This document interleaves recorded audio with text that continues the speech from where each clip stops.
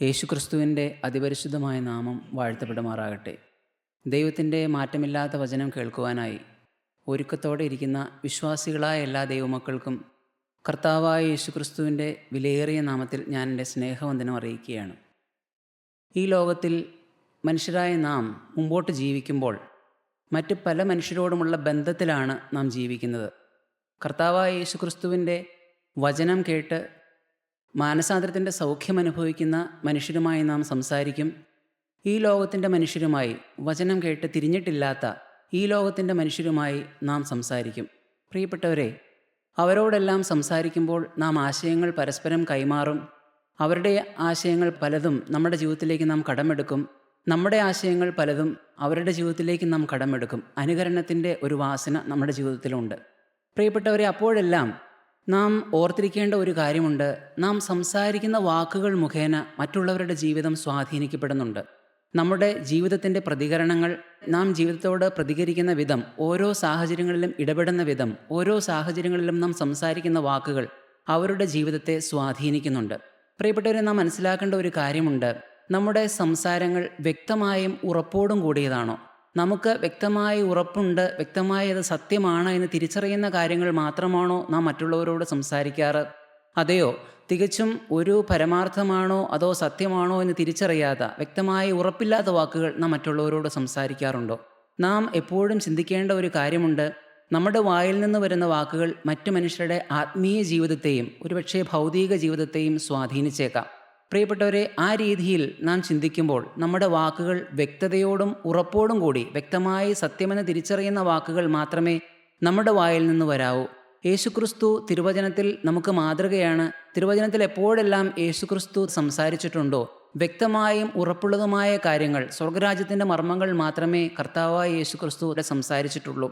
അപ്രകാരം യേശുക്രിസ്തു സംസാരിച്ച വ്യക്തതയോടും ഉറപ്പോടും കൂടി നമ്മുടെ ആത്മീയ ജീവിതത്തിൻ്റെ മുതൽക്കൂട്ടായിട്ടുള്ള ഒരു പ്രസംഗമുണ്ട്. മത്തായി എഴുതിയ സുവിശേഷം 5, 6, 7 അധ്യായങ്ങളിലാണ് ആ പ്രസംഗം നാം കാണാനായിട്ട് സാധിക്കുക. ക്രിസ്തുവിനെ ആത്മാർത്ഥമായി പിൻപറ്റാൻ ആഗ്രഹിക്കുന്ന ഒരു ക്രൈസ്തവനെന്ന് തൻ്റെ ജീവിതത്തിലേക്ക് അഭിമാനപൂർവ്വം ആ വിളി ഏറ്റെടുക്കാൻ ആഗ്രഹിക്കുന്ന, ഉത്സാഹിക്കുന്ന ഒരു ദൈവവൈതൽ എങ്ങനെയാണ് തൻ്റെ ക്രിസ്തീയ ജീവിതം മുൻപോട്ട് കൊണ്ടുപോകേണ്ടതെന്നും, എങ്ങനെയാണത് തുടങ്ങേണ്ടതെന്നും, എങ്ങനെയാണത് തുടരേണ്ടതെന്നും, തൻ്റെ ജീവിതത്തിൽ താൻ മുമ്പോട്ട് ജീവിക്കുമ്പോൾ എന്തെല്ലാം പ്രതിസന്ധികൾ തൻ്റെ ജീവിതത്തിൽ നേരിടുമെന്നും എല്ലാം മുൻകൂട്ടി കണ്ടുകൊണ്ട് എങ്ങനെയെല്ലാം അതിനെയെല്ലാം മറികടക്കണമെന്ന് വ്യക്തമായി ഈ പ്രസംഗങ്ങളിലൂടെ പറഞ്ഞിട്ടുണ്ട്. ഒന്നിലധികം പ്രസംഗങ്ങളുടെ ഒരു സമാഹാരമാണ് ഈ ഗിരിപ്രഭാഷണം. അതിൻ്റെ ആദ്യ അധ്യായത്തിൽ 5-ാം അധ്യായത്തിൻ്റെ 5-ാം വാക്യത്തിൽ കർത്താവായ യേശുക്രിസ്തു ഇപ്രകാരം നമ്മളോട് പറയുകയുണ്ടായി. വായിച്ചു കേൾക്കാം നമുക്ക്. സൗമ്യതയുള്ളവർ ഭാഗ്യവാന്മാർ, അവർ ഭൂമിയെ അവകാശമാക്കും. സൗമ്യതയുള്ളവർ ഭാഗ്യവാന്മാർ, അവർ ഭൂമിയെ അവകാശമാക്കും. യേശുക്രിസ്തു എന്ത് വ്യക്തതയോടും എന്ത് ഉറപ്പോടും കൂടിയാണ് ഈ വാക്ക് നമ്മോട് സംസാരിച്ചത്. കർത്താവായ യേശുക്രിസ്തുവിന് വളരെ വ്യക്തമാണ്, വളരെ ഉറപ്പാണ്, സ്വർഗരാജ്യത്തിൻ്റെ ഒരു മർമ്മമാണ് നമ്മളോട് ഈ പറഞ്ഞത്. പ്രിയപ്പെട്ടവരെ, അതുകൊണ്ട് കർത്താവ് ഈ പറഞ്ഞ വാക്യത്തിൽ പൂർണ്ണ അധികാരം നമുക്ക് കാണുവാനായിട്ട് സാധിക്കും, വ്യക്തമായ അധികാരം. കർത്താവ് പറഞ്ഞു, സൗമ്യതയുള്ളവർ ഭാഗ്യവാന്മാർ, അവർ ഭൂമിയെ അവകാശമാക്കും. ഈ വാക്ക് കേട്ടുകൊണ്ടിരിക്കുന്ന നാം ഓരോരുത്തരും നമ്മളോട് തന്നെ ചിന്തിക്കണം, നാം സൗമ്യതയുടെ വഴിയിലാണോ നടക്കുന്നത്? നമ്മുടെ ആത്മീയ ജീവിതവും ഈ ഭൗതിക ജീവിതവും മുൻപോട്ട് നയിക്കുമ്പോൾ പ്രിയപ്പെട്ടവരെ, നമുക്ക് ഔദ്യോഗികമായ ജീവിതമുണ്ട്, നമുക്ക് ഓരോരുത്തർക്കും കുടുംബ ജീവിതമുണ്ട്. പല തുറകളിൽ നാം പല രീതിയിൽ നാം ആയിരിക്കേണ്ട അവസ്ഥ വരാറുണ്ട്. അപ്പോഴെല്ലാം സൗമ്യതയുടെ ആത്മാവിലാണോ നാം സംസാരിക്കുന്നത്, നാം മുമ്പോട്ട് പോകുന്നത്? ഈ വചനം കേട്ടുകൊണ്ടിരിക്കുന്ന ഈ നിമിഷത്തിൽ തന്നെ നമ്മുടെ ഉള്ളിലേക്ക് ഈ ചിന്ത കടന്നു വരണം. ഞാൻ എങ്ങനെയാണ് ഈ ഭൂമിയിലൂടെ ജീവിക്കുന്നത്?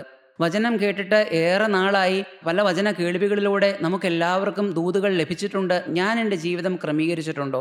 അതോ ഞാൻ മറ്റുള്ളവരുടെ ജീവിതത്തിലേക്ക് ഉപദേശങ്ങൾ കൊടുക്കാൻ മിടുക്കനാണ്? എൻ്റെ ജീവിതത്തിലേക്ക് തിരിഞ്ഞു നോക്കി എൻ്റെ ജീവിതത്തിൽ തിരുത്തേണ്ടതായിട്ടുള്ള വാക്കുകൾ, എൻ്റെ ജീവിതത്തിൽ തിരുത്തേണ്ടതായിട്ടുള്ള ഭാഗങ്ങൾ ഞാൻ തിരുത്തിയിട്ടുണ്ടോ എന്ന് നാം ഓരോരുത്തരും തന്നിലേക്ക് തന്നെ നോക്കി ചിന്തിക്കണം. സൗമ്യതയുടെ ആത്മാവ് നാം പരിശീലിച്ചിട്ടുണ്ടോ? പ്രിയപ്പെട്ടവരെ, യേശുക്രിസ്തു പിന്നീട് ഇത് വളരെ വ്യക്തമായി പറയുന്നുണ്ട്. മത്തായി എഴുതിയ സുവിശേഷം അതിൻ്റെ 11-ാം അധ്യായം 28, 29, 30 വാക്യങ്ങളിൽ ഈ സൗമ്യത എങ്ങനെ ശീലിക്കാമെന്നും സൗമ്യത ഇല്ലെങ്കിൽ അവന് വന്നേക്കാവുന്ന ഭവിഷ്യത്ത് എന്താണെന്നും കർത്താവ് വളരെ വ്യക്തമായി ഈ വാക്യങ്ങളിലൂടെ പ്രതിപാദിക്കുന്നു. വായിച്ചു കേൾക്കാം. അധ്വാനിക്കുന്നവരും ഭാരം ചുമക്കുന്നവരുമായുള്ളവരെ എല്ലാവരും എൻ്റെ അടുക്കൽ വരുവീൻ, ഞാൻ നിങ്ങളെ ആശ്വസിപ്പിക്കും. അധ്വാനിക്കുന്നവരും ഭാരം ചുമക്കുന്നവരുമായുള്ളവരെ, നിങ്ങളെല്ലാവരും എൻ്റെ അടുക്കൽ വരുവീൻ, ഞാൻ നിങ്ങളെ ആശ്വസിപ്പിക്കാം. കർത്താവ് നോക്കുന്നു, നമുക്കെല്ലാവർക്കും അധ്വാനമുണ്ട്. കർത്താവ് വ്യക്തമായിട്ട് തിരിച്ചറിയുന്നു. വ്യക്തമായ അധികാരത്തോടും പൂർണ്ണമായ വ്യക്തതയോടും കൂടി കർത്താവ് പറയുകയാണ്, നിങ്ങൾക്ക് അധ്വാനമുണ്ട്, നിങ്ങൾക്ക് ഭാരമുണ്ട്. പക്ഷേ നിങ്ങൾ ബുദ്ധിമുട്ടണ്ട. നിങ്ങൾ അധ്വാനിക്കുന്നവരാണ്, ഭാരം ചുമക്കുന്നവരാണ്. പക്ഷേ നിങ്ങൾ ആ ഭാരത്തിൽ മുൻപോട്ട് പോകണ്ട. ഞാൻ നിങ്ങളെ ആശ്വസിപ്പിക്കാം. വീണ്ടും തുടർന്ന് വായിക്കുന്നുണ്ട്, ഞാൻ സൗമ്യതയും താഴ്മയുമുള്ളവൻ ആകയാൽ എൻ്റെ നുഖമേറ്റുകൊണ്ട് എന്നോട് പഠിപ്പീൻ. ഞാൻ സൗമ്യതയും താഴ്മയും ഉള്ളവനാണ്, ആകയാൽ എൻ്റെ മുഖമേറ്റുകൊണ്ട് എന്നോട് പഠിപ്പീൻ. പ്രിയപ്പെട്ടവരെ, വളരെ വ്യക്തമാണ് കാര്യങ്ങൾ. ഈ ഭൂമിയിലൂടെ നാം ജീവിക്കുമ്പോൾ, ഭൗതികമായാലും ആത്മീകമായാലും നമ്മുടെ ജീവിതം മുൻപോട്ട് കൊണ്ടുപോകുമ്പോൾ നമുക്ക് അധ്വാനമുണ്ട്, നമുക്ക് ഭാരമുണ്ട്. പ്രിയപ്പെട്ടവരെ, കർത്താവ് വളരെ വ്യക്തമായി പറയുന്നു, നിങ്ങൾ അധ്വാനിക്കേണ്ട, നിങ്ങൾ ഭാരപ്പെടണ്ട. അധ്വാനമുണ്ടെന്നും ഭാരമുണ്ടെന്നും അഖിലാണ്ടങ്ങളെ മെനഞ്ഞവനായ, അണ്ടകടാഹങ്ങളെ ഉടമസ്ഥനായ, നമ്മുടെ ഓരോരുത്തരുടെയും ജീവിതം നിമിഷം പ്രതി സ്വർഗത്തിൽ നിന്ന് നോക്കിക്കൊണ്ടിരിക്കുന്ന കർത്താവ് വളരെ വ്യക്തമായി പറയുന്നു, നിങ്ങൾ എന്തെല്ലാം അനുഭവിക്കുമെന്നും എന്തെല്ലാം അനുഭവിച്ചുകൊണ്ടാണ് ഈ ഭൂമിയിലൂടെ ജീവിക്കുന്നതെന്നും ഞാൻ അറിയുന്നു. അപ്പോഴെല്ലാം നിങ്ങൾക്ക് ഭാരമുണ്ട്, നിങ്ങൾക്ക് അധ്വാനമുണ്ട്. പക്ഷേ ആ അധ്വാനവും ഭാരവും നിങ്ങൾ വില കൊടുക്കണ്ട.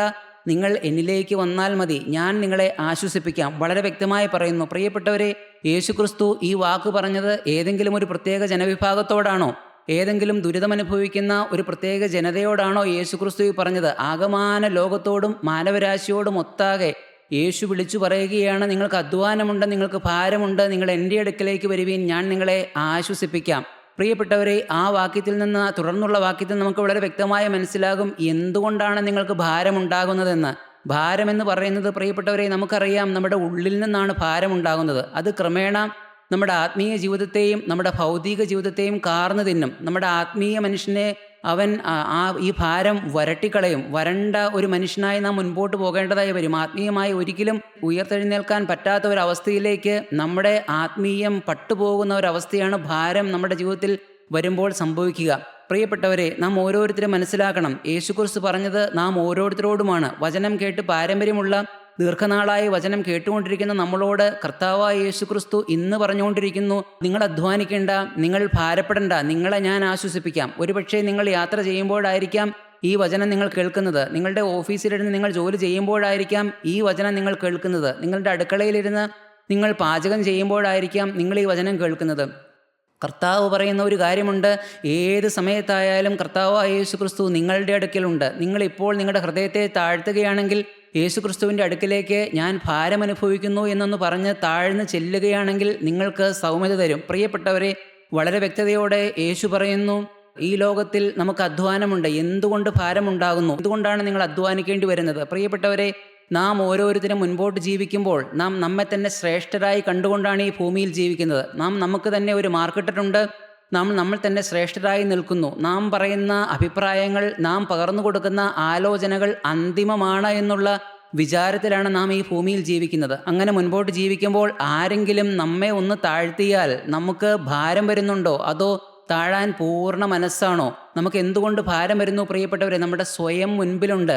നാം അധ്വാനിക്കുന്നത് നമ്മുടെ അഹങ്കാരം കൊണ്ടാണ്. നമ്മൾ തന്നെ ശ്രേഷ്ഠരാണെന്ന് സങ്കല്പിച്ച് ആരുടെയും വാക്കുകൾ കേൾക്കാനോ ജീവിതത്തിൽ ക്രമീകരണം വരുത്തുവാനോ, ദൈവവചനം കേൾക്കുമ്പോഴാകട്ടെ, ദൈവമക്കളിൽ നിന്നുള്ള ആലോചനകൾ സ്വീകരിക്കുമ്പോഴാകട്ടെ നമ്മളിൽ തന്നെ പൂർണ്ണമായി താഴ്ത്തി കൊടുക്കാനൊരു മനസ്സില്ല. അതുകൊണ്ട് നമ്മുടെ അഹങ്കാരം മുന്നിട്ട് നിൽക്കുന്നു.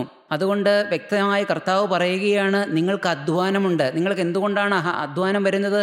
നിങ്ങളുടെ അഹങ്കാരം കൊണ്ടാണ് അധ്വാനം വരുന്നത്. അഹങ്കാരം കൊണ്ടുള്ള അധ്വാനം.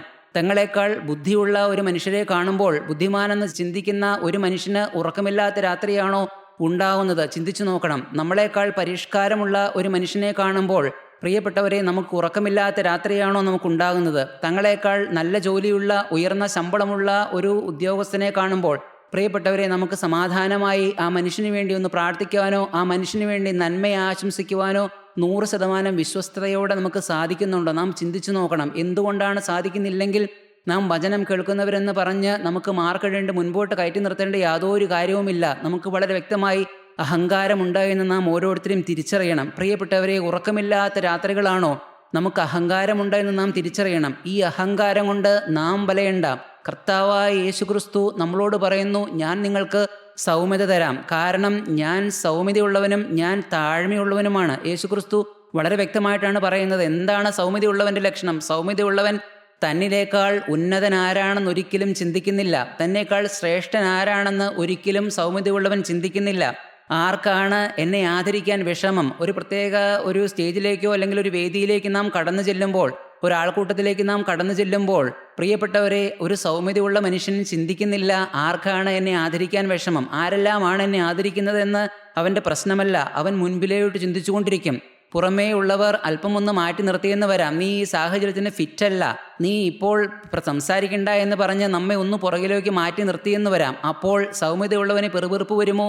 സൗമ്യതയുള്ളവൻ താഴ്ന്ന് ചിന്തിക്കും. അവൻ്റെ ഉള്ളിലേക്ക് പെട്ടെന്ന് ഓർമ്മ വരും. എന്താണ് ഓർമ്മ വരുന്നത്? ഇന്നലെ ഞാൻ സ്റ്റേജിൽ പ്രാർത്ഥിച്ചുവല്ലോ, ഇന്നലെ ഞാൻ കുടുംബ പ്രാർത്ഥനയിൽ പ്രാർത്ഥിച്ചുവല്ലോ. എന്താണ് പ്രാർത്ഥിച്ചത്? ഞാൻ പുഴുവാണ്, ഞാൻ കൃമിയാണ് എന്നവൻ പ്രാർത്ഥിച്ചു. ഈ പുഴുവിനെ പോലുള്ള, ഈ കൃമിയെ പോലുള്ള എനിക്ക് യോഗ്യതയില്ലാത്ത സ്ഥലത്ത് കർത്താവായ യേശുക്രിസ്തു എന്നെ കയറ്റിയിരുത്തി അവൻ്റെ നിർമ്മലമായ വചനം കേൾക്കുവാൻ എനിക്ക് ഭാഗ്യം തന്നു. എൻ്റെ കുടുംബത്തിന് മൊത്തം രക്ഷ തന്നു. യോഗ്യതയില്ല എന്നുള്ള കാര്യം, അവൻ പ്രാർത്ഥിച്ച കാര്യം അവൻ്റെ മനസ്സിലേക്ക് പെട്ടെന്ന് ഓർമ്മ വരും. പ്രിയപ്പെട്ടവരെ, അങ്ങനെ ഓർമ്മ വരുമ്പോൾ അവന് ഉയരാൻ വല്ലതുമുണ്ടോ? അവൻ്റെ മനസ്സ് താഴ്ന്നു തന്നെ ഇരിക്കും. ആരാണ് എന്നെ മാറ്റി നിർത്തിയതെന്നോ, ആരാണ് എനിക്ക് യോഗ്യത ഇല്ല എന്ന് പറഞ്ഞതെന്നോ അവൻ ചിന്തിക്കുന്നില്ല. പുറകിലേക്ക് മാറ്റി നിർത്തുമ്പോൾ അവൻ്റെ ആത്മാവ് മന്ത്രിക്കും. പ്രിയപ്പെട്ടവരെ, പ്രതിസന്ധികൾ അവൻ്റെ ജീവിതത്തിൽ എല്ലാം പോയിട്ടാണോ? ഇല്ല. മുൻപോട്ട് ജീവിക്കുമ്പോൾ പ്രതിസന്ധികൾ ഒന്നിനു പുറകെ ഒന്നായി കടന്നു വരും. അപ്പോഴെല്ലാം അവൻ്റെ ആത്മീയ മനുഷ്യൻ ശിംശോനേക്കാൾ ബലവാനാണ്. പ്രിയപ്പെട്ടവരെ, ശിംശോനെ നമുക്ക് ഏവർക്കും പരിചയമുണ്ട്. അവൻ പോരാടേണ്ടിയിരുന്ന, അവൻ്റെ ജീവിതത്തിൽ മുറുകെ പറ്റിയിരുന്ന വലിയൊരു പാപമുണ്ട്, അശുദ്ധി എന്ന വലിയ പാപം. പക്ഷേ അവൻ ഒരിക്കലും അതിന് വേണ്ടുവണ്ണം വില കൊടുത്തില്ല. അവൻ വില കൊടുത്തായിരുന്നു എങ്കിൽ, അവൻ ഗൗരവത്തോടെ അവൻ്റെ വിളിയെ നോക്കി കണ്ടിരുന്നു എങ്കിൽ, അവനിൽ നിക്ഷേപിച്ച ദൈവശക്തിയെ അവൻ വില കൊടുത്ത് കണ്ടിരുന്നു എങ്കിൽ, അവൻ ജയത്തോടെ ഈ ഭൂമിയിൽ അവന് ജീവിക്കാമായിരുന്നു. അവൻ ഗൗരവമില്ലാതെ ഈ ഭൂമിയിൽ ജീവിച്ചു. പ്രിയപ്പെട്ടവരെ, പക്ഷേ അവൻ്റെ ജീവിതത്തിലേക്ക് ഒരിക്കലും നികത്താനാവാത്ത, ലോകപ്രകാരം ചിന്തിച്ചാൽ സർവ്വതും അറ്റുപോയ ഒരു നിമിഷം കടന്നു വന്നപ്പോൾ നിരാശ അവൻ്റെ ജീവിതത്തിലേക്ക് കടന്നു വന്നില്ല. അവൻ ദൈവത്തിൽ മുറുകെ പ്രത്യാശ വെച്ചു. നമ്മുടെ ജീവിതത്തിലും നാം ചിന്തിച്ചു നോക്കണം. നിരാശപ്പെടേണ്ട അനുഭവങ്ങൾ, പ്രതിസന്ധികളുടെ അറ്റങ്ങൾ നമ്മുടെ ജീവിതത്തിലേക്ക് കടന്നു വരുമ്പോൾ, പ്രിയപ്പെട്ടവരെ, നാം നിരാശപ്പെട്ടു പോകുന്നുണ്ടോ? ശിംശോനെ പോലെ സൗമ്യതയുള്ളവൻ്റെ ഒരു മനസ്സ് ആന്തരികമായി ബലപ്പെട്ടിരിക്കും. അവൻ്റെ ആന്തരിക മനുഷ്യൻ പ്രത്യാശയിൽ നിറഞ്ഞിരിക്കും. നിരാശ ഒരിക്കലും അവൻ്റെ ജീവിതത്തിലേക്ക് കടന്നു വരുന്നില്ല. പ്രിയപ്പെട്ടവരെ, നാം ഓരോരുത്തരും ചിന്തിക്കണം, നിറഞ്ഞ ആത്മീക വീര്യമുള്ള ഒരു ആത്മീയ മനുഷ്യനിൽ ഉണ്ടാകണമെന്ന്. പ്രിയപ്പെട്ടവരെ, മുൻപോട്ട് ജീവിക്കുമ്പോൾ അവൻ ബലഹീനനാണ് എന്ന് സൗമ്യതയുള്ള ഒരു മനുഷ്യൻ മുമ്പോട്ട് ജീവിക്കുമ്പോൾ അവൻ പറഞ്ഞെന്നിരിക്കാം. ലോകത്തിലുള്ള മറ്റ് പലരും അവനെ നോക്കി പറഞ്ഞെന്നിരിക്കാം അവൻ ബലഹീനനാണ് എന്ന്. അവൻ ഈ സാഹചര്യം കൈകാര്യം ചെയ്യാൻ അവന് ശക്തിയില്ല എന്ന് പറഞ്ഞിരിക്കാം. അപ്പോഴും അവൻ്റെ ഉള്ളു മന്ത്രിക്കും. എന്താണെന്നറിയാമോ? സ്വർഗത്തിൻ്റെ സ്വരം അവൻ്റെ ഉള്ളിൽ മന്ത്രിക്കും, ഞാൻ ദൂതന്മാരെക്കാൾ ശ്രേഷ്ഠനാണെന്ന്. എന്നെ കൈപിടിച്ച് നടത്തുന്ന ഒരു ദൈവമുണ്ട്. ശാന്തതയുടെ ആത്മാവ് എന്നിൽ നിക്ഷേപിച്ച് എൻ്റെ കുടുംബകാര്യങ്ങളിലും എൻ്റെ ഔദ്യോഗിക കാര്യങ്ങളിലും എൻ്റെ കൂട്ടായ്മ ജീവിതത്തിലും വ്യക്തിപരമായ എൻ്റെ ജീവിതത്തിലും വിശുദ്ധിയിലും എന്നെ കൈപിടിച്ച് നടത്തുന്ന ഒരു ദൈവമുണ്ട് എന്ന് അവൻ്റെ ഉള്ളു മന്ത്രിക്കും. ദൂതന്മാരെക്കാൾ ശ്രേഷ്ഠനാണ്. തനിക്ക് വേണ്ടി ആര് ഈ സാഹചര്യത്തിൽ ഒന്നിടപെടും? പ്രതിസന്ധിയാണല്ലോ കർത്താവെ മുൻപിൽ. പ്രതിസന്ധികൾ നിറഞ്ഞ അന്തരീക്ഷം ഒന്നിനു പുറകെ ഒന്നായിട്ട് കടന്നു വരുന്നു. ആരെനിക്ക് വേണ്ടി ഒന്നിടിവിൽ നിൽക്കും? ആരെനിക്ക് വേണ്ടി ഈ ഉയർന്ന ഉദ്യോഗസ്ഥനോടൊന്ന് സംസാരിക്കുമെന്ന് അവൻ്റെ ഉള്ളു ഒരിക്കലും സംസാരിക്കില്ല. കാരണം അവൻ്റെ ഉള്ളു പറഞ്ഞുകൊണ്ടിരിക്കും, ദൈവം എനിക്ക് വേണ്ടി ഈ സാഹചര്യത്തിൽ വാദിക്കും, എനിക്ക് വേണ്ടി ഈ സാഹചര്യം ദൈവം മാറ്റിത്തരും. അവൻ ശാന്തനാണ്. പ്രിയപ്പെട്ടവരെ, സൗമ്യതയുള്ളവൻ്റെ ലക്ഷണങ്ങളാണ് നാം കേട്ടത്. അതിനു മുൻപ് നാം കേട്ടു അഹങ്കാരമുള്ള ഒരു വ്യക്തിയുടെ ലക്ഷണം. പ്രിയപ്പെട്ടവരെ, കർത്താവായ യേശുക്രിസ്തു കാൽവറി ക്രൂശിൽ നമുക്ക് വേണ്ടി ബലിയായ യേശുക്രിസ്തു നമ്മളോട് വളരെ വ്യക്തമായി പറയുകയാണ്, വളരെ വ്യക്തമാണ് കാര്യങ്ങൾ. നിങ്ങൾക്ക് അധ്വാനമുണ്ട്, അഹങ്കാരത്താൽ നിങ്ങൾക്ക് അധ്വാനമുണ്ട്. നിങ്ങളിതുവരെയും ഭാരപ്പെട്ടുകൊണ്ടാണ് ജീവിക്കുന്നത്, ഭാരം എടുത്തുകൊണ്ട് ജീവിച്ചു. ഇനി മുതൽ നിങ്ങളതിൻ്റെ പുറകെ പോകണ്ട, നിങ്ങൾ അധ്വാനിക്കേണ്ട, ഭാരം വഹിക്കേണ്ട. സൗമ്യത ഞാൻ നിങ്ങൾക്ക് ശീലിപ്പിച്ചു തരാം, താഴ്മ ഞാൻ നിങ്ങളുടെ ജീവിതത്തിലേക്ക് പകർന്നു തരാം. പ്രിയപ്പെട്ടവരെ, യേശു പറയുകയാണ്. അതുകൊണ്ടാണ് കർത്താവായ യേശു ക്രിസ്തു വളരെ വ്യക്തമായി പറഞ്ഞു. മത്തായിയുടെ സുവിശേഷത്തിൽ തന്നെ അതിൻ്റെ 18-ാം അധ്യായം 3-4 വാക്യങ്ങളിൽ കർത്താവ് വളരെ വ്യക്തമായി പറഞ്ഞു, നാം ശിശുക്കളെ പോലെ ആകണം. വായിച്ചു കേൾക്കാം. നിങ്ങൾ തിരിഞ്ഞ് ശിശുക്കളെ പോലെ ആയി വരുന്നില്ല എങ്കിൽ സ്വർഗരാജ്യത്തിൽ കടക്കയില്ല എന്ന് ഞാൻ സത്യമായിട്ട് പറയുന്നു. നിങ്ങൾ തിരിഞ്ഞ് ശിശുക്കളെ പോലെ ആയി വരുന്നില്ല എങ്കിൽ സ്വർഗരാജ്യത്തിൽ കടക്കുകയില്ല എന്ന് ഞാൻ വ്യക്തമായി പറയുന്നു. വീണ്ടും അതിൻ്റെ 4-ാം വാക്യം, ആകയാൽ ഈ ശിശുവിനെ പോലെ തന്നെത്താൻ താഴ്ത്തുന്നവൻ സ്വർഗരാജ്യത്തിൽ ഏറ്റവും വലിയവനാകുന്നു.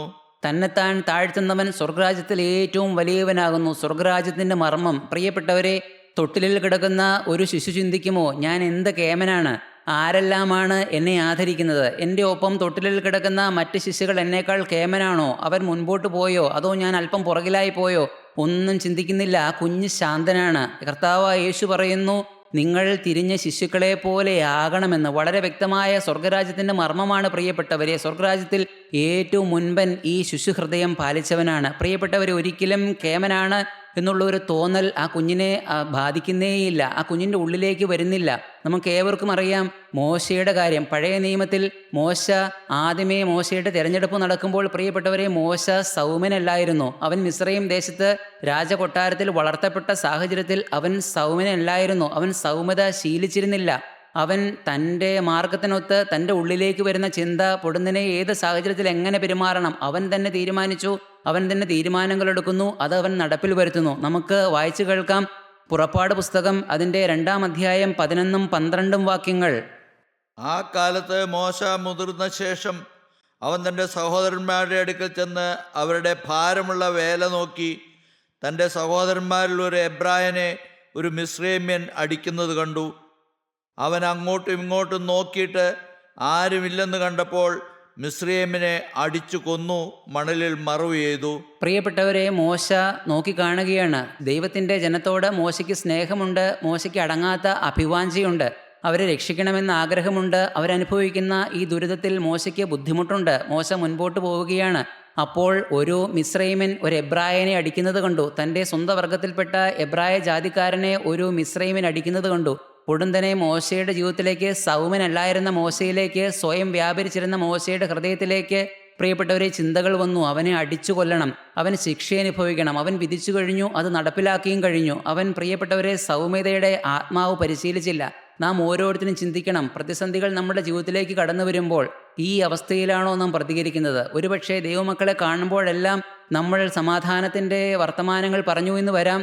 ദൈവം നടത്തട്ടെ, ദൈവത്തിൻ്റെ ആലോചന എൻ്റെ ജീവിതത്തിൽ നടക്കട്ടെ, ഈ ആഗ്രഹം ഞാൻ ദൈവത്തിൻ്റെ മുൻപിൽ വെക്കുന്നു, അത് നടപ്പിലാവണമെങ്കിൽ നടപ്പിലാകട്ടെ എന്ന് പുറമേ നമ്മൾ പറഞ്ഞിരിക്കാം. പക്ഷേ പ്രിയപ്പെട്ടവരെ, നമ്മുടെ ഹൃദയത്തിലൂടെ എന്ത് ചിന്തയാണ് കടന്നു പോകുന്നത്? നാം ഓരോരുത്തരും ചിന്തിക്കണം. മോശ സൗമ്യനല്ലായിരുന്നു. മോശയുടെ ഹൃദയം പുകഞ്ഞിരുന്നു. മോശ മുൻപോട്ട് പോകുമ്പോൾ അവൻ തൻ്റെ ശക്തിയിൽ മാത്രമാണ് ആശ്രയിച്ച് മുൻപോട്ട് പോയത്. സൗമ്യതയുടെ ആത്മാവ് അവൻ പരിശീലിച്ചിട്ടില്ല. പക്ഷേ പിന്നീട് മോശയ്ക്ക് നിത്യനായ ദൈവം വെളിപ്പെട്ടു. നിത്യനായ ദൈവം മോശയോട് അഭിമുഖമായി സംസാരിച്ചു. മുൾപ്പടർപ്പിൽ, വെന്തരിയാത്ത മുൾപ്പടർപ്പിൽ നിത്യനായ ദൈവം മോശയ്ക്ക് പ്രത്യക്ഷപ്പെട്ടു. ആ നിമിഷം അവൻ്റെ ജീവിതം മാറുകയാണ് പ്രിയപ്പെട്ടവരെ. അവനൊന്നുമല്ല, അവൻ്റെ ശക്തിയിൽ അവനുള്ള ബലം താഴെ വയ്ക്കുന്നു. ഞാൻ ഒന്നുമല്ല, ദൈവം എന്നിൽ ഓരോ കാര്യങ്ങളും നിർവഹിച്ചാൽ മതിയെന്ന് വളരെ വ്യക്തമായി മോശയുടെ ഉള്ളിലേക്ക് തീരുമാനങ്ങൾ വരികയാണ്. പുറമേ നിന്ന് ഒരു ദൈവദാസൻ പറഞ്ഞു കൊടുത്തതാണോ ഈ തീരുമാനങ്ങൾ? ഒരിക്കലുമല്ല. പുറമേ നിന്നുള്ള ഒരു സ്വാധീനവുമല്ല. നിത്യനായ ദൈവം ഇടപെട്ടുകൊണ്ട് അവൻ്റെ ജീവിതത്തെ കീഴ്മേൽ മറിക്കുന്ന ഒരു അനുഭവം. ഈ വചനം കേട്ടുകൊണ്ടിരിക്കുന്ന നിങ്ങൾക്ക് ഓരോരുത്തർക്കും നിങ്ങളുടെ ഹൃദയം ഇപ്പോൾ നിങ്ങളുടെ തൊട്ടടുത്ത് വന്ന് നിൽക്കുന്ന, ഏറ്റവും സമീപസ്ഥനായി നിങ്ങൾക്ക് അടുത്ത് വന്നിരിക്കുന്ന നിത്യനായ യേശുക്രിസ്തുവിനോട് നിങ്ങൾക്ക് പറയാമോ, എൻ്റെ ജീവിതത്തിൽ ഞാൻ സൗമ്യത ശീലിച്ചിട്ടില്ല.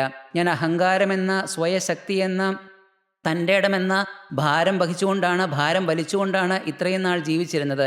എൻ്റെ ഈ എളിയ ജീവിതം ഞാൻ സൗമ്യത ശീലിക്കുവാനായി, താഴ്മ ധരിക്കുവാനായി നിൻ്റെ കയ്യിലേക്ക് ഞാനൊന്ന് ഏൽപ്പിക്കുന്നു എന്ന് നിങ്ങൾക്കൊന്ന് താഴ്ത്തി കൊടുക്കാമോ പ്രിയപ്പെട്ടവരെ?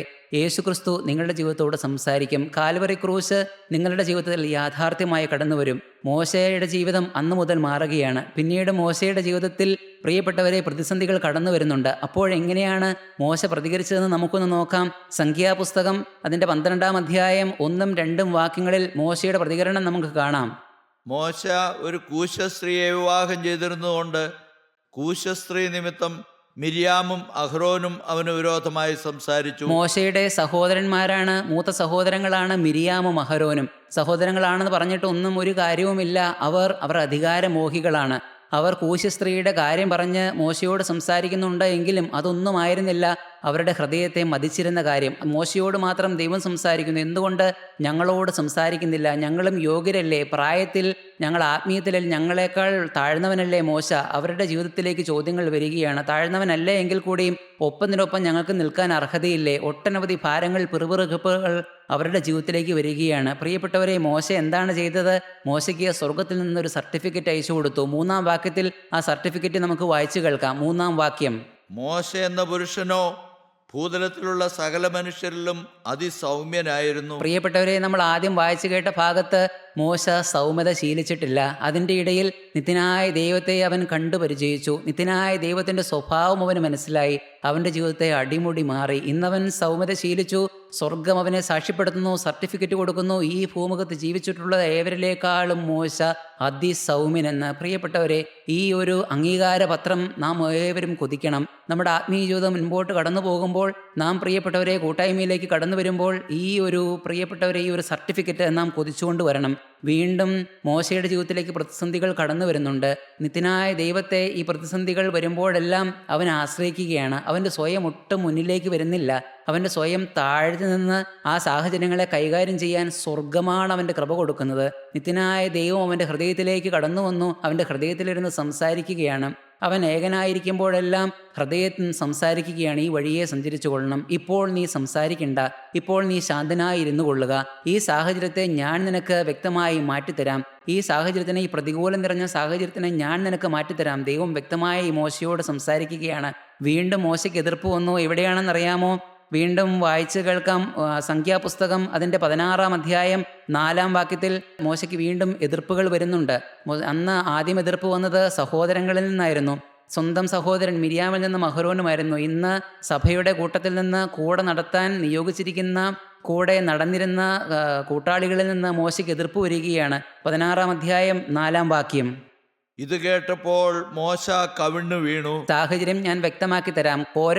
കോരഹിൻ്റെ കൂട്ടാളികളും, കോരഹ്, ദാദാൻ, അബീറാം, അവര് മോശയോട് വളരെ വ്യക്തമായി എതിർക്കുകയാണ്. മോശയുടെ അധികാരത്തെ അവർ ചോദ്യം ചെയ്യുകയാണ്. അപ്പോഴെല്ലാം മോശ ദൈവത്തിൻ്റെ മുൻപാകെ കവിണ്ണു വീണ് കരയുകയാണ്. മോശയ്ക്ക് എവിടെയും ഒരു ന്യായീകരണം കൊടുക്കാനില്ല. എന്നെ നിയോഗിച്ചത് ദൈവമാണെന്നും ദൈവത്തിൻ്റെ ശക്തി നിങ്ങൾ തിരിച്ചറിയണമെന്നും ഒന്നും മോശ പറയുന്നില്ല. മോശ ദൈവസന്നിധിയിൽ കവിണ്ണു വീണ് കരയുന്നു. പ്രിയപ്പെട്ടവരെ, ഇത് കേട്ടുകൊണ്ടിരിക്കുന്ന നിങ്ങൾ ഓരോരുത്തരും എന്താണിപ്പോൾ തീരുമാനിക്കുന്നത്? പ്രതിസന്ധികൾ, ചോദ്യം ചെയ്യലുകൾ, ഒറ്റപ്പെടുത്തലുകൾ നമ്മളുടെ ജീവിതത്തിലേക്ക് മാറി മാറി വന്നേക്കാം. അപ്പോഴെല്ലാം ഞാൻ കവിണ്ണു വീണ് കരയുമെന്നാണോ എന്ന് പ്രിയപ്പെട്ടവരെ നാം തീരുമാനമെടുക്കുന്നത്? കവിണ്ണു വീണ് ദൈവത്തിൻ്റെ കൃപ ആ സാഹചര്യത്തെ മാറ്റിമറിക്കാനായി ഞാൻ കരയുമെന്ന് നിങ്ങൾക്കൊന്ന് തീരുമാനിക്കാമോ? ഈ എളിയ തീരുമാനത്തെ സ്വർഗം മാനിക്കും കേട്ടോ. അതോ ഇങ്ങനെ നമ്മുടെ ജീവിതത്തിലേക്ക് ഒരു തീരുമാനം കടന്നു വരുന്നുണ്ടോ? ഇപ്പോൾ ഞാൻ കവിണ്ണു വീണാം, ഇപ്പോൾ ഞാൻ കവിണ്ണു വീണ് കരയാം, ഇപ്പോൾ ഞാൻ നെഞ്ചത്തടിച്ച് കരയാം, പക്ഷേ നാളുകൾ കഴിയുമ്പോൾ ഞാനിതിന് പകരം ചോദിക്കും എന്നാണോ നമ്മുടെ ഉള്ളിലേക്ക് തീരുമാനം വരുന്നത്? എന്തുകൊണ്ടാണ് അങ്ങനെ ഒരു തീരുമാനം വന്നത്? ഇപ്പോൾ എനിക്ക് അടിയന്തരമായി ദൈവത്തിൻ്റെ ഒരു കൃപ ആവശ്യമാണ്. ഇപ്പോൾ ഞാൻ പകരം ചോദിച്ചാൽ ദൈവകൃപ വ്യാപരിക്കില്ല. ഈ ഭൂമിയിലെ ചില കാര്യങ്ങൾ നടത്തിക്കിട്ടുന്നതിന് വേണ്ടിയിട്ട് ദൈവത്തെ കബളിപ്പിക്കുന്ന ഒരു സ്വഭാവമാണോ നമ്മുടെ സമർപ്പണങ്ങളിലെല്ലാം? പ്രിയപ്പെട്ടവരെ, നാം ചിന്തിച്ചു നോക്കണം. ഇപ്പോൾ ഞാൻ കവിണ്ണു വീണ് കരയാം, ഇപ്പോൾ ഞാൻ നെഞ്ചത്തടിച്ച് കരയാം, ഇപ്പോൾ മാറി നിൽക്കാൻ ഇപ്പോൾ ഞാൻ പ്രതികരിക്കില്ല, പക്ഷേ നാളുകൾ കഴിയുമ്പോൾ എൻ്റെ ഈ സാഹചര്യം മാറുമ്പോൾ ഞാൻ പ്രതികരിക്കും. പ്രിയപ്പെട്ടവരെ, അങ്ങനെ ഒരു മത്സര മനോഭാവമാണോ നമ്മുടെ ജീവിതത്തിലേക്ക് വരുന്നത്? അതും നമുക്ക് ദൈവത്തിൻ്റെ സന്നിധിയിലേക്ക് മാറ്റിക്കൊടുക്കാം. പൂർണ്ണമായി വളരെ വ്യക്തമായി താഴ്മയുടെ ഒരാത്മാവിനെ എനിക്ക് സാധിപ്പിച്ചു തരണമെന്ന് നമുക്ക് ദൈവത്തിൻ്റെ സന്നിധിയിൽ നെടുമ്പാട് വീണ് കരയാം. പ്രിയപ്പെട്ടവരെ, പുതിയ നിയമത്തിലേക്ക് കടന്നു വരുമ്പോൾ അപ്പോസ്തലനായ പൗലോസ് തൻ്റെ പ്രിയ ശിഷ്യനായ തീമോത്തിയോസിന് ഒരു സ്വർഗരാജ്യത്തിൻ്റെ മർമ്മം പറഞ്ഞു കൊടുക്കുന്നുണ്ട്. എന്താണ് മർമ്മമെന്നറിയാമോ? പ്രിയ ശിഷ്യനായ തീമോത്തിയോസെ, നീ ഇങ്ങനെയെല്ലാം ആയിരിക്കണം. നീ ഇതുപോലെ സൗമ്യതയുടെ ആത്മാവിൽ നടക്കണം. നിനക്ക് ശണ്ട കൂടേണ്ട അവസരങ്ങൾ, പ്രതിസന്ധികൾ നിന്റെ ജീവിതത്തിലേക്ക് വരാം. അപ്പോഴെല്ലാം നീ എങ്ങനെ പെരുമാറണം? ക്രിസ്തുവിൻ്റെ ആത്മാവ് നിങ്ങളുടെ ഹൃദയത്തിലുണ്ടല്ലോ. ആ ആത്മാവ് നിന്നെ വഴി നടത്തും. എവിടെയാണ്? 2 തീമോത്തിയോസ് 2-ാം അധ്യായം 24-ാം വാക്യം. കർത്താവിൻ്റെ ദാസൻ ശണ്ടയിടാതെ എല്ലാവരോടും ശാന്തനും ഉപദേശിപ്പാൻ സമർത്ഥനും ദോഷം സഹിക്കുന്നവനുമായി അത്രേ ഇരിക്കേണ്ടത്. പ്രിയപ്പെട്ടവരെ, വളരെ വ്യക്തമാണ് കാര്യങ്ങൾ. സ്വർഗരാജ്യത്തിൻ്റെ മർമ്മങ്ങൾ കർത്താവിൻ്റെ ദാസന് തൻ്റെ ജീവിതത്തിൽ നിരന്തരം പുലർത്തേണ്ടതായിട്ടുള്ള വ്യക്തമായ കാര്യങ്ങൾ തീമോത്തിയോസിനോട് അപ്പോസ്തലനായ പൗലോസ് പറഞ്ഞു കൊടുക്കുകയാണ്. ഒരിക്കലും ശണ്ടയിടരുത്. ശാന്തതയുടെ ആത്മാവിൽ മുൻപോട്ട് പോകണം. പ്രിയപ്പെട്ടവരെ, അഹങ്കാരമെന്ന നമ്മുടെ സ്വയം, അഹങ്കാരത്താൽ നാം തന്നെ മുൻപോട്ട് വലിച്ചുകൊണ്ടിരിക്കുന്ന നമ്മുടെ സ്വയം, അതൊന്ന് താഴ്ത്തിത്തരാൻ നമുക്ക് നിത്യനായ ദൈവത്തോട് നമുക്കൊന്ന് പ്രാർത്ഥിക്കാമോ? പ്രിയപ്പെട്ടവരെ, നമുക്ക് വേണ്ടി കാൽവറി ക്രൂസിൽ ബലിയായി തീർന്ന യേശു ക്രിസ്തു നമുക്ക് ഓരോരുത്തർക്കും സൗമ്യതയുടെ ആത്മാവിനെ പ്രദാനം ചെയ്യാൻ നമ്മുടെ തൊട്ടടുത്ത് നിൽക്കുന്നുണ്ട്. താഴ്മ ധരിപ്പിക്കാൻ നമ്മുടെ തൊട്ടടുത്ത് നിൽക്കുന്നുണ്ട്. നമ്മുടെ സ്വയത്തെ നമുക്ക് താഴ്ത്താം, അഹങ്കാരത്തെ നമുക്ക് താഴ്ത്താം. പ്രിയപ്പെട്ടവരെ, കാൽവറി ക്രൂസിൽ ജയാളിയായ യേശു ക്രിസ്തുവിനോട് നമ്മുടെ കാര്യങ്ങൾ, നമ്മുടെ ജീവിതം മുഴുവനായി പങ്കുവയ്ക്കാം. ഈ ജീവിതത്തിൻ്റെ തേരാളിയായി നമുക്ക് യേശു ക്രിസ്തുവിനെ വിളിച്ചു കയറ്റാം. ഈ നമ്മുടെ ജീവിതത്തിലെ ഏറ്റവും അടുത്ത ചങ്ങാതിയായി യേശു ക്രിസ്തുവിനെ വിളിച്ചു കയറ്റാൻ പ്രിയപ്പെട്ടവരെ യേശു അത്ഭുതം പ്രവർത്തിക്കും. അധ്വാനിക്കുന്നവരും ഭാരം ചുമക്കുന്നവരുമായുള്ളവരെ നിങ്ങളെല്ലാവരും എൻ്റെ അടുക്കൽ വരുവീൻ, ഞാൻ നിങ്ങളെ ആശ്വസിപ്പിക്കും. ആ വാക്യം നമ്മുടെ ജീവിതത്തോട് തുറന്ന് സംസാരിച്ചു കൊണ്ടിരിക്കട്ടെ. പ്രിയപ്പെട്ടവരെ, നമുക്ക് നമ്മുടെ ഹൃദയങ്ങളെ താഴ്ത്താം. നല്ലവനായ ദൈവമേ, ഇതുവരെയും ഞങ്ങളോട് സംസാരിച്ച സ്വർഗത്തിൻ്റെ ശബ്ദങ്ങൾക്കായി ഞങ്ങളപ്പനെ സ്തുതിക്കുന്നു, സ്തോത്രം ചെയ്യുന്നു. ശ്രേഷ്ഠ പദവി തന്ന് ഞങ്ങളെ അലങ്കരിച്ചു പിതാവേ. ഇത്രയും നാൾ കർത്താവെ ഞങ്ങളെ അവിടെ നിന്ന് ശ്രേഷ്ഠതയുടെ പൂജ്യം തന്ന് ഞങ്ങളെ മുൻപോട്ട് നടത്തി. അപ്പോഴൊന്നും നന്ദി നിറഞ്ഞ ഹൃദയത്തോടെ ഞങ്ങളായിരുന്നില്ല.